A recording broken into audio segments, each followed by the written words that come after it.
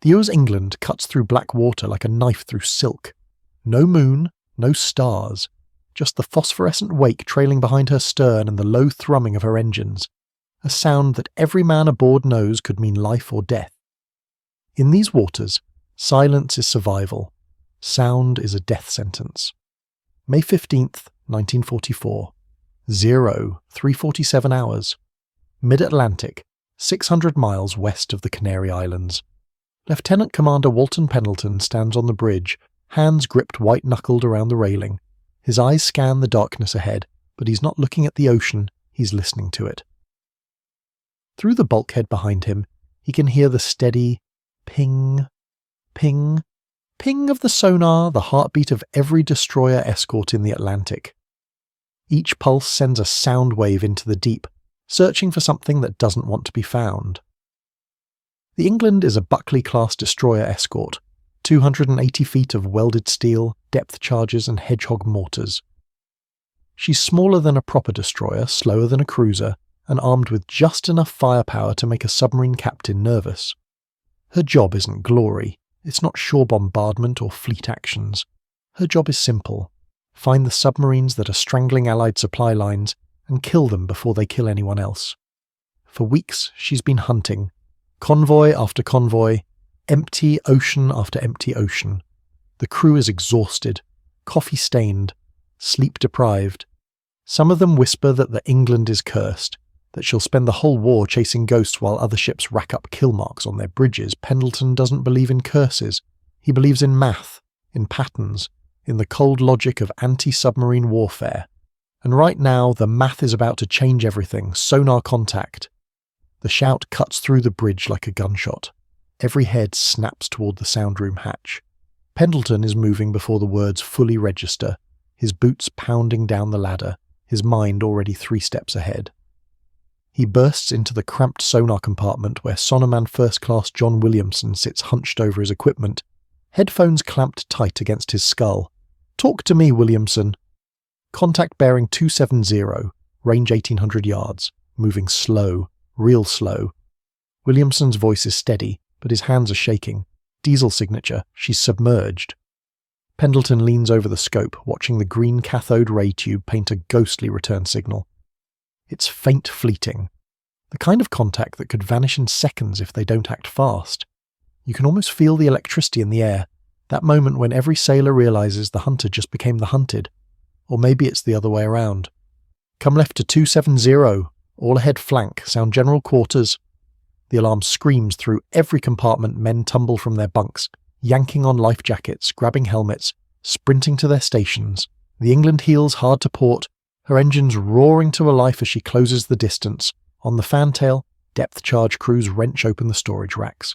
Forward, the Hedgehog mortar team loads 24 contact-fused projectiles into the launcher, a ring of steel barrels that will throw explosives in a circular pattern. Ahead of the ship, Pendleton climbs back to the bridge. His executive officer, Lieutenant Robert Helm, is already there, binoculars scanning the darkness. "Think it's a Jap boat?" Helm asks. "Out here?" Pendleton shakes his head. "Intelligence says the Japanese are running a supply line from Singapore to Marcus Island. Submarines heading north to resupply their garrisons. If that's one of them, she's a long way from home." "Range 1,000 yards, Williamson's voice crackles over the intercom. "Contact holding steady. She doesn't know we're here." Pendleton's jaw tightens. In submarine warfare, the first shot is usually the only shot. Miss, and the target dives deep, runs silent, and disappears into 3 miles of ocean hit, and you've just sent 60 men to the bottom in a steel coffin. He can't afford to miss. "Helm, prepare for Hedgehog attack. Stand by on my mark." The England surges forward 500 yards. 400. The sonar ping is faster now. Ping, ping, ping. A frantic heartbeat as the range closes. Every man on deck can feel it, that terrible, beautiful moment before violence. "Fire!" the Hedgehog launcher erupts. 24 mortars arc into the night sky, trailing smoke and sparks. For 3 seconds the ocean is silent. Then, wham! The ocean erupts in a column of white water and fire. The explosion tears through the water like the fist of God. A geyser of spray shoots 50 feet into the air, illuminated by the flash of the detonation below. Then another, and another. 3 Hedgehog projectiles have found their mark, each one a direct hit on the submarine's pressure hull. The crew of the England grips whatever they can find as the shockwave rolls beneath the ship, a deep, bone-shaking rumble that you feel in your chest before you hear it. Pendleton watches the water churn white and furious. Oil. There's oil spreading across the surface now, black and thick, catching the light from the Englands. Searchlights. It's the submarine's lifeblood, pouring out through ruptured tanks. Sonar contact lost, Williamson reports. His voice is different now, quieter. No propeller noise, no hull sounds. She's gone, sir. The bridge falls silent. Men exchange glances, some smile, some don't. They've just killed 60 human beings. Men who woke up this morning, drank coffee, wrote letters home, and believed they'd see the sunrise again. War doesn't care what you believe. Helm steps beside Pendleton, watching the oil slick expand. First kill for the England. First of many, Pendleton says. He doesn't sound triumphant, he sounds tired. Log it. I-16. Japanese submarine sunk by Hedgehog attack at 0412 hours, May 19th, 1944. But he's wrong about the date, and he's wrong about the number. Because 600 miles away, in a cramped radio room aboard the Japanese submarine U-16, a radio man is tapping out a desperate message in Morse code. Under attack. Position 23 degrees north, 37 degrees west. Am diving. Will maintain radio silence. The message cuts off mid-word. Vice Admiral Charles Lockwood sits in his office at Pearl Harbor, a cup of cold coffee forgotten on his desk. He's reading an intelligence decrypt, fresh from the codebreakers, still smelling of mimeograph ink. It's a Japanese naval transmission, intercepted 6 hours ago and decoded 2 hours after that. The message is simple. 7 Japanese submarines are transiting the Central Pacific, moving from Truk to Japan with supplies and personnel. Their route will take them through a narrow corridor south of the Marianas, and thanks to ultra-intelligence, Lockwood knows exactly where they'll be. He picks up his phone. Get me Commander Haynes, Escort Division 39, now. Within the hour, 3 destroyer escorts receive new orders. USS England, USS George, USS Raby. Form a hunter-killer group. Proceed to coordinates 10 degrees north, 150 degrees east. Search and destroy all enemy submarine contacts. The trap is set. May 22nd, 1944. 1620 hours, 300 miles south of Saipan. The 3 ships move in a coordinated search pattern, a triangle that sweeps across 50 square miles of ocean. Each destroyer takes a sector, sonar pinging constantly, hydrophones listening for the telltale sounds of a submarine's machinery. It's tedious work, mind-numbing, hour after hour of empty ocean. Then the George gets a contact. All ships, this is George. Sonar contact bearing 185, range 2,000 yards, classification, submarine. Am engaging. Pendleton grabs the radio mic. This is England. We're moving to assist. But by the time the England arrives, the contact is gone. The George's depth charges missed, fell too shallow, exploded too far from the target. The submarine commander heard them coming, went deep, and slipped away into a thermal layer that scatters sonar like light through fog. Damn it, Helm mutters. Pendleton doesn't respond. He's watching the ocean, thinking. Submarines are predictable. They have to be. Limited battery life means limited time submerged. Limited air means they have to surface eventually. And limited speed means they can't run forever. He's still here, Pendleton says. Somewhere within 5 miles of this position, Williamson. I want continuous active sonar. Flood the entire area. Make him move. For 6 hours they search. The sun sets. The ocean turns black. And then, at 23:40 hours, Williamson's voice crackles over the intercom again. Contact. Bearing 090. Range 1,500 yards. He's running on the surface. Probably trying to recharge batteries. Pendleton doesn't hesitate. All ahead flank. Load Hedgehog. This is our shot. The England leaps forward like a greyhound released from a cage. On the surface, half a mile away, the Japanese submarine RO-106 wallows in the swells, her diesel engines roaring as they gulp air and pump electricity back into her batteries. Her captain stands on the conning tower scanning the horizon with binoculars. He sees nothing, hears nothing. until the England's searchlight snaps on and pins him like an insect under glass. "Dive! Dive! Dive!" The 106's klaxon screams. Men tumble down the hatch. Water floods into ballast tanks, but it's too late. The England is already in firing position. Fire! 24 Hedgehog mortars sail through the night. The submarine is still on the surface, still visible, when the first projectile strikes her pressure hull just forward of the conning tower. The explosion is catastrophic. The RO-106 breaks apart like a child's toy, her bow section lifting clear of the water before sliding beneath the waves. Her stern follows seconds later. By the time the England's crew reaches the site, there's nothing left but debris and oil and silence.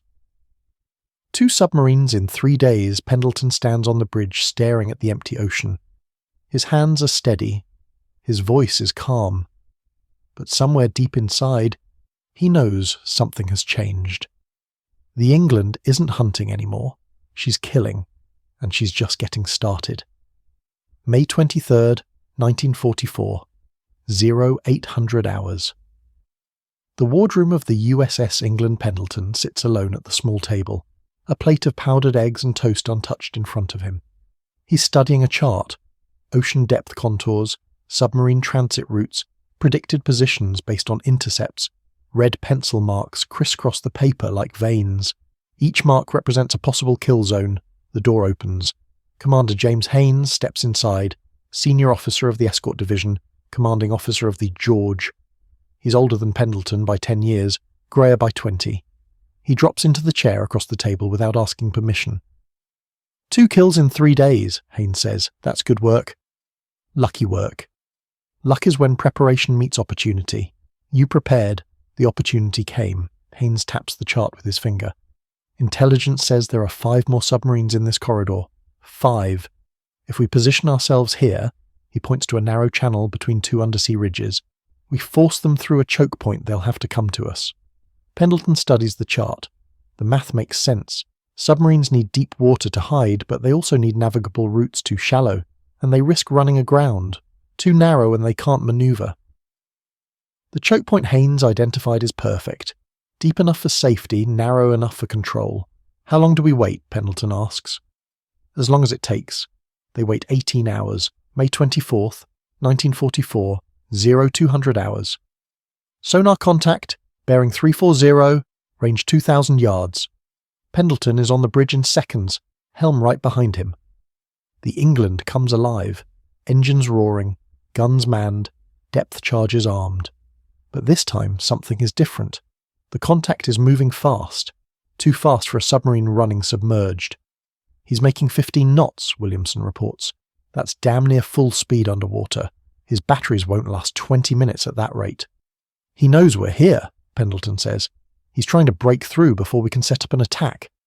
It's a desperate gamble. Run fast, burn through your battery, and pray you punch through the screen before the destroyers get a firing solution.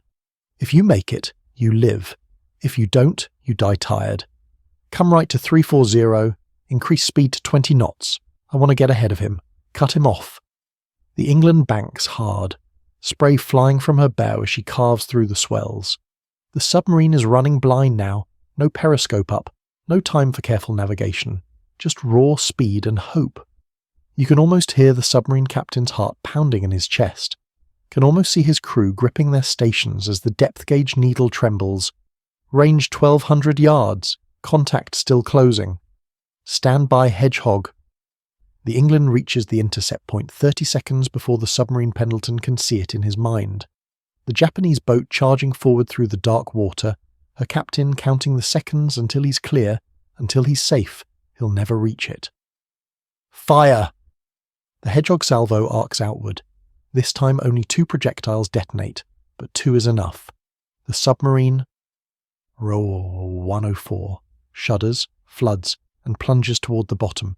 3,000 feet down where the pressure will crush her hull like an aluminum can.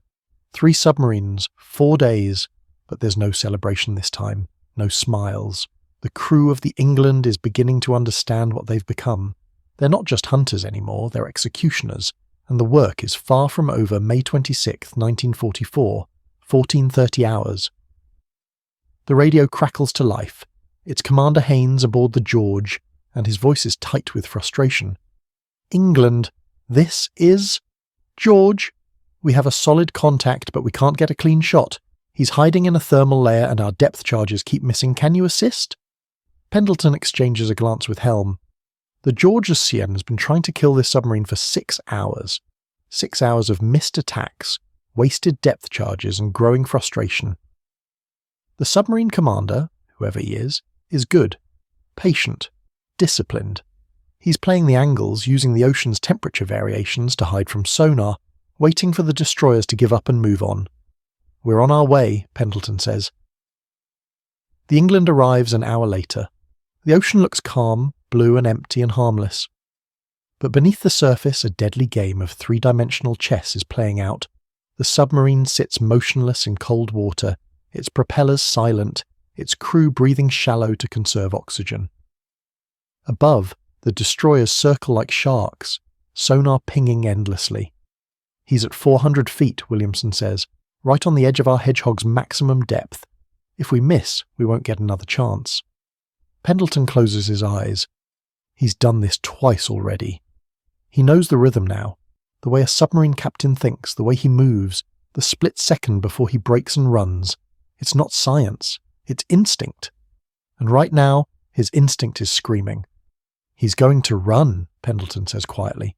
"He knows we're here, he knows we're not leaving, so he's going to make a break for it. Full speed, and when he does, we'll have 5 seconds to kill him." "How do you know?" Helm asks. "Because it's what I would do." They wait. 5 minutes, 10, 15. And then the sonar contact explodes into motion. Contact running, bearing 220, speed 16 knots. "All ahead flank, come right to 220, fire on my mark." The England surges forward, her engines screaming. The submarine is 800 yards ahead, racing for deep water, for safety, for one more sunrise. Its captain is shouting orders. His crew is flooding ballast tanks, diving deeper, pushing the hull to its limits. "Range 600 yards! Fire!" The Hedgehog mortars launch. 24 projectiles sail through the air, hang for a moment at the apex of their arc, then plunge into the ocean. The submarine, ROO 116, tries to turn, tries to dive, tries to do anything to escape. It's not enough. 4 Hedgehog mortars strike home. The submarine breaks apart 500 feet below the surface, her hull imploding with a sound like a cathedral bell rung underwater. Debris rockets toward the surface, clothing, documents, a single boot. And then silence. 4 submarines. 6 days. On the bridge of the England, Pendleton stares at the oil slick spreading across the water. His hands are shaking now, not from fear, from exhaustion, from the weight of what he's doing, what he has to keep doing until the war ends or he dies. Whichever comes first, Helm steps beside him. "Sir, the men are calling you the submarine killer. They're saying the England is the deadliest ship in the Pacific." Pendleton doesn't respond. He's thinking about the Japanese sailors at the bottom of the ocean, about their families who will never know what happened, about the letters that will never be delivered. "Get me a damage report," he says finally, "and tell Williamson to stay on the sonar. There are still 3 more submarines out there. 3 more? 3 more? And somewhere in the darkness, those 3 submarines are listening to the same ocean, hearing the same silence, and wondering if they'll be next. May 30th, 1944, 0600 hours, 4 days of silence. The England steams in slow, methodical circles, carving invisible lines across an empty ocean. No contacts, no signals, no kills. The crew is fraying at the edges. Men snap at each other over cold coffee, play cards with shaking hands, stare at bulkheads and see nothing. They've tasted blood, and now the absence of it feels worse than the weight ever did before. In the sonar compartment, Williamson sits with his headphones pressed so tight against his skull that his ears have gone numb. He's listening to the ocean breathe, the clicks of shrimp, the groan of thermal layers shifting, the distant thunder of waves breaking against reefs 100 miles away. Every sound is catalogued, analysed, dismissed. Nothing. Nothing. Nothing. Until 0947 hours. Contact. Williamson's voice is barely a whisper, but it carries through the intercom like a gunshot. Pendleton is on his feet before the word finishes echoing. Say again.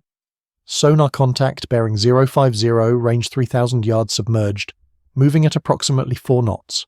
A pause. Sir, he's almost stopped. He might be sitting on the bottom. Pendleton's jaw tightens.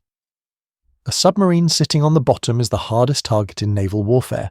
No engine noise, no propeller wash, just dead weight resting on sand or rock, waiting for the hunters to pass overhead. Some submarine captains have sat motionless for 18 hours, breathing recycled air and pissing into bottles, while destroyers circled above like wolves around a frozen rabbit.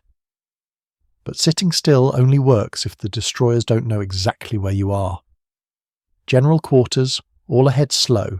Helm, bring us to 050, quiet as we can. The England creeps forward, her engines throttled back to a whisper. On the bridge, men communicate in hand signals. In the engine room, machinists wrap tools in rags to muffle the sound. Every footstep is measured. Every hatch closes with aching slowness. 3,000 yards, 2,000, 1,000. Contact holding position, Williamson breathes. Range 800 yards, he still doesn't know we're here. Pendleton closes his eyes and visualizes it. The Japanese submarine lying on the ocean floor 400 feet below, her captain listening to the hydrophones, hearing nothing but the ambient noise of the sea. He thinks he's safe. He thinks he's invisible. He's about to learn otherwise. Load Hedgehog, prepare for stationary attack. This is the nightmare scenario for any submarine. A Hedgehog attack on a stationary target is almost impossible to survive. The mortars fall in a circular pattern. If even one lands within 10 feet of the hull, the contact fuse detonates and the shockwave does the rest. There's no escape, no evasion, just steel and explosives and physics. Range 600 yards, holding steady. Fire! The Hedgehog launcher barks 24 projectiles arc high, tumbling end over end, then knife into the water. For 5 seconds, nothing happens. The ocean is silent. Peaceful. Then the submarine's captain hears it. The whistle of falling mortars growing louder, closer, impossibly close. He screams an order. Blow all tanks! Surface! Surface now! Too late. 6 Hedgehog mortars strike the submarine gales, RO 108, simultaneously. The explosions rip through her pressure hull like paper, tearing open ballast tanks, flooding compartments, snapping pipes and electrical cables. Emergency lights flicker and die. Men scream in the darkness. Seawater roars through breaches, crushing the life out of anyone in its path. The submarine lurches upward, not from the captain's order, but from the air still trapped in her ruptured tanks. She breaks the surface bow first, listing 30 degrees to port, water pouring from her conning tower. For 15 seconds she hangs there, silhouetted against the morning sun. Then she slides backward and vanishes. 5 submarines, 10 days. On the bridge of the England, no one speaks. No one moves. They've just witnessed something that shouldn't be possible. A submarine breaching in its death throes, clawing for air it will never breathe. Some of the crew cross themselves. Others just stare. Pendleton's voice is flat, mechanical. Log it. RO 108. Sunk by Hedgehog attack. Time 1,003 hours. He turns away from the oil slick and walks into the chart room alone. Behind the closed door, he braces his hands against the table and breathes. Just breathes. His reflection stares back from the brass chronometer, hollow eyes, 3 days of stubble, a face that looks 20 years older than it did 2 weeks ago. There's a knock. Helm enters without waiting for permission. Sir, radio message from Comsub Pack. Admiral Lockwood himself. He hands over the decrypt. Pendleton reads it once, twice, then a third time. 2. USS England. Outstanding performance. 5 confirmed kills in 10 days. You are hereby authorized to paint 5 rising sun flags on your bridge. Continue search operations. Intelligence indicates 2 remaining targets in your sector. Good hunting. 2 more, Helm says quietly. Jesus Christ, Skipper. 2 more, and we'll have killed an entire submarine squadron by ourselves. Pendleton sets the message down. His hands are steady again. The shaking has stopped. Something has shifted inside him. Something cold and final and utterly focused. He's not Walton Pendleton anymore. He's not a husband or a father or a man who once taught mathematics at Annapolis. He's a weapon, a machine built to find submarines and kill them, and the machine is not finished. May 31st, 1944, 1620 hours. Contact! Bearing 180, range 2,500 yards. The crew doesn't cheer anymore. They just move. Muscle memory and training and the cold efficiency of repetition. Depth charges armed. Hedgehog loaded. Speed increased. The England doesn't hesitate, doesn't doubt, doesn't miss. The submarine, RO 105, tries to run, makes it 400 yards before the Hedgehog mortars find her. 3 direct hits. She implodes at 350 feet, her hull folding inward like a crushed soda can. The shock wave kills every man aboard in less than a second, a mercy they don't deserve but receive anyway. 6 submarines, 12 days. That night, in the waters south of Saipan, the crew of the England stands on deck and watches the sunset. No one speaks. No one needs to. They've become something unprecedented in naval history. A single destroyer escort with more submarine kills than most wolf packs achieve in a year. But there's no pride in it. No glory. Just exhaustion, and the certain knowledge that somewhere out there, one more submarine is running for its life, and when the England finds it, not if but when, the war will add one more tally mark to a list that's already too long. Pendleton stands apart from the crew, staring at the horizon. Helm approaches carefully. "Sir, the men want to know, when do we stop?" Pendleton doesn't turn around. When there's nothing left to hunt. And in the depths below, the last submarine, the E-16, slips silently through black water, its captain listening to the sonar pings growing closer, closer, always closer. June 2nd, 1944, 0200 hours, the darkest part of the night.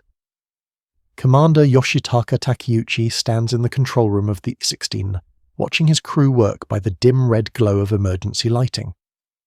They've been running silent for 14 hours, no engines, minimal systems, breathing shallow to conserve oxygen. The air is thick and stale, heavy with the smell of unwashed bodies, battery acid, and fear. Takeuchi knows what's waiting for him up there. He's heard the radio transmissions, brief, panicked, then nothing.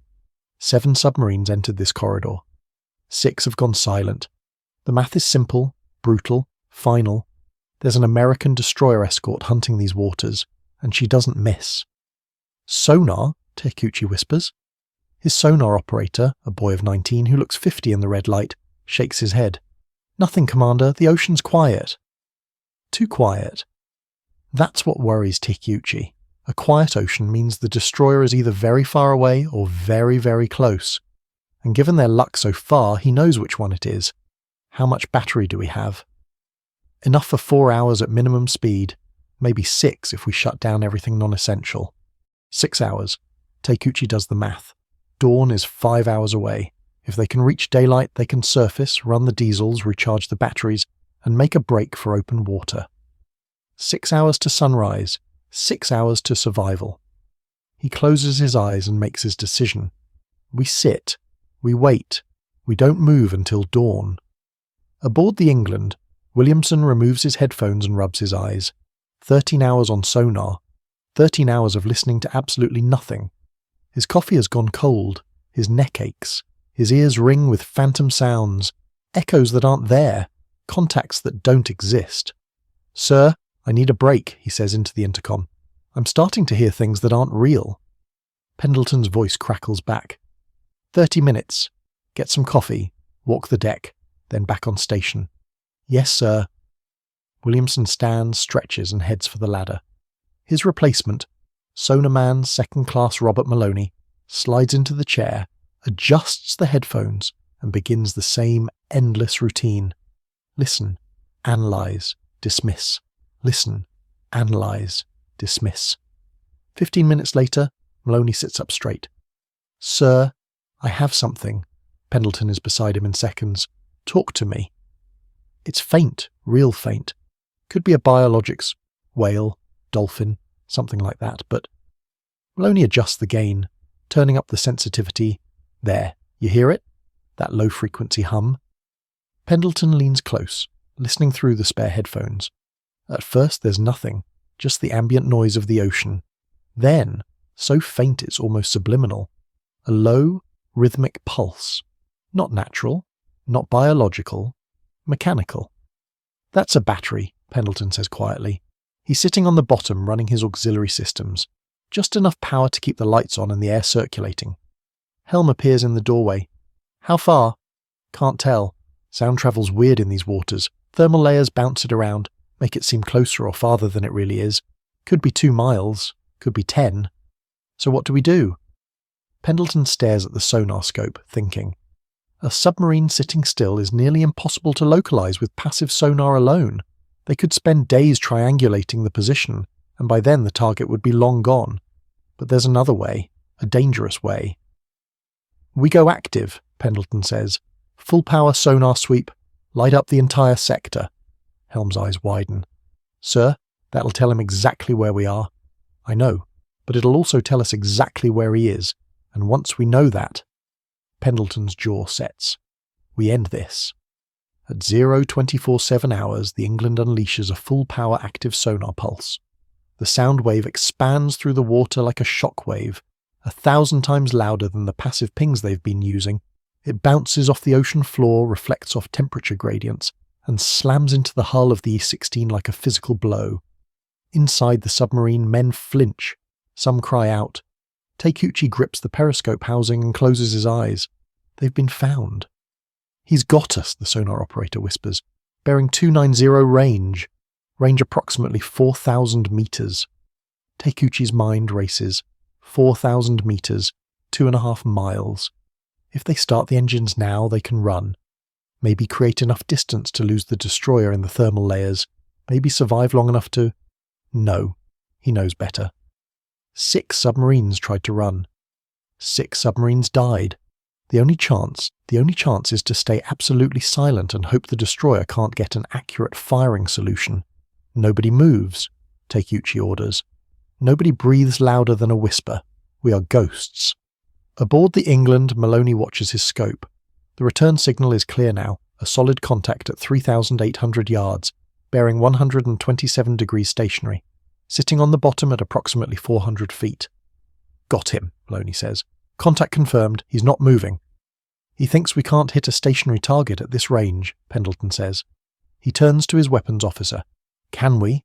Lieutenant James Rowan runs the calculations in his head. Range, depth, water temperature, current. The Hedgehog mortars have an effective range of 250 yards. At 3,800 yards, they're completely useless. But the England has another weapon. Depth charges less accurate than Hedgehogs, but with a much longer reach. "We can try," Rowan says, "but at that range we'll need to drop a full pattern. 8 charges minimum, set them for 400 feet. Do it." The England moves into position, creeping slowly to avoid alerting the target. At 400 yards from the estimated position, Pendleton gives the order. "Drop pattern." 8 depth charges roll off the stern racks, 1 every 3 seconds. They sink through the dark water, their hydrostatic fuses counting down depth. 300 feet, 350, 400. Boom, boom, boom. The explosions detonate in sequence, creating a wall of pressure that radiates outward through the water. Inside the I-16, the hull flexes lights flicker. A pipe ruptures, spraying scalding steam across the engine room. Men scream. Damage reports flood in. But the submarine holds. The hull doesn't breach. They're damaged, yes, but they're alive. "Damage report," Takeuchi shouts. "Flooding in the aft torpedo room. Electrical fire in section 3. Rudder controls non-responsive." Takeuchi makes his decision in half a second. "Blow all ballast tanks. Emergency surface. Full speed on diesels the moment we break water." It's a desperate gamble. Surfacing puts them at the mercy of the destroyer's guns, but staying submerged with flooding and fires means dying slowly in the dark. At least on the surface they have a chance, a slim one. But a chance. The A-16 blows her tanks. Tons of compressed air roar into the ballast chambers, forcing water out. The submarine lurches upward, accelerating, rising faster and faster toward the surface. "Contact moving," Maloney shouts. "He's surfacing. Range 350 yards. Pendleton doesn't hesitate. All ahead flank, gun crews to battle stations. I want that submarine destroyed the second she breaks water. The England surges forward. On the main deck, the 3-inch gun crew scrambles to their weapon, loading high explosive shells. The 20mm anti-aircraft gunners swing their weapons toward the water, fingers on triggers. At 0251 hours, the E-16 breaks the surface. She erupts from the ocean like a breaching whale, water cascading off her conning tower, her hull scarred and dented, smoke pouring from hatches. For 3 seconds she hangs there, suspended between water and air. Then the England opens fire. The 3-inch gun barks. The shell strikes the submarine's conning tower, detonating in a spray of shrapnel and fire. The 20mm guns join in, stitching lines of tracers across the hull. Men on the submarine's deck, trying desperately to man their own deck gun, are cut down before they can reach it. Taikuchi emerges from the conning tower hatch, sees the destroyer bearing down on him, sees the muzzle flashes lighting up the darkness. He knows it's over. They're dead. All of them. He raises his hand in salute, not to the Americans, but to his crew, to his emperor, to the ocean that will soon be his grave, and then a shell strikes the conning tower directly beneath him. The I-16 explodes. Her forward torpedo tubes detonate in sympathetic explosions, tearing the submarine in half. The bow section flips end over end before sinking. The stern section burns for 30 seconds, then follows. By 0253 hours, the ocean is empty again. 7 submarines, 13 days. Pendleton stands on the bridge of the England, watching debris burn on the water. His face is blank. Empty. The machine has completed its task. "Sir," Helm says quietly, "Admiral Lockwood is on the radio. He wants to speak with you personally." Pendleton doesn't move for a long moment. Then he nods and walks to the radio room. He picks up the handset. "Pendleton." Lockwood's voice crackles through the static, and for the first time the Admiral sounds genuinely awed. "Commander, what you and your crew have accomplished. There are no words. 7 submarines in less than 2 weeks. The Imperial Japanese Navy just lost an entire supply convoy to 1 ship. 1 ship. The England has just made naval history." "Yes, sir. I'm recommending you and your crew for the Presidential Unit citation. You've earned it, son. You've all earned it." "Thank you, sir." There's a pause. Then Lockwood says, "Are you all right, Commander?" Pendleton closes his eyes. Is he all right? He's killed over 400 men in 13 days. He's destroyed 7 submarines, 7 steel coffins now resting on the ocean floor. He's become the most efficient killer in the Pacific theatre. Is he all right? "I'm fine, sir. Just tired." "Get some rest, Commander. You're being pulled off patrol. Head back to port. You've done enough." The line goes dead. Pendleton sets down the handset and walks out onto the deck. Dawn is breaking. The first sunrise he's seen in days. The ocean is calm, beautiful, empty. Behind him, someone has already started painting the 7th rising sun flag on the bridge.